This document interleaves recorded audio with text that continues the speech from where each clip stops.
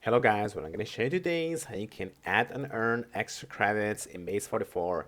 Now there's multiple ways in which you're going to be able to do this. The most simple but also the most expensive is going to be to change your plan, okay? As you can see, I'm on a free plan right now, but depending on the plan that you have, you're going to have access to a different number of monthly credits. The best is of course Elite, which is going to give you, 1.2k at the bare minimum, and you can even go up to 2.6 for $320 a month. Now that we are in the same billing page, what you can also do is you can apply like a coupon code.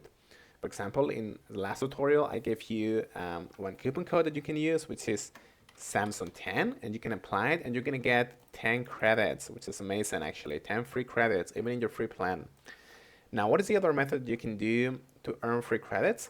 It's actually to share Base44 with your friends, okay? Just make sure that you share a link and then you register, and this is going to give you a lot of extra credits. Let me show you how.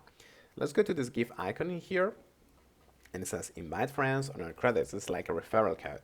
So what are you going to do? You're basically going to copy this code.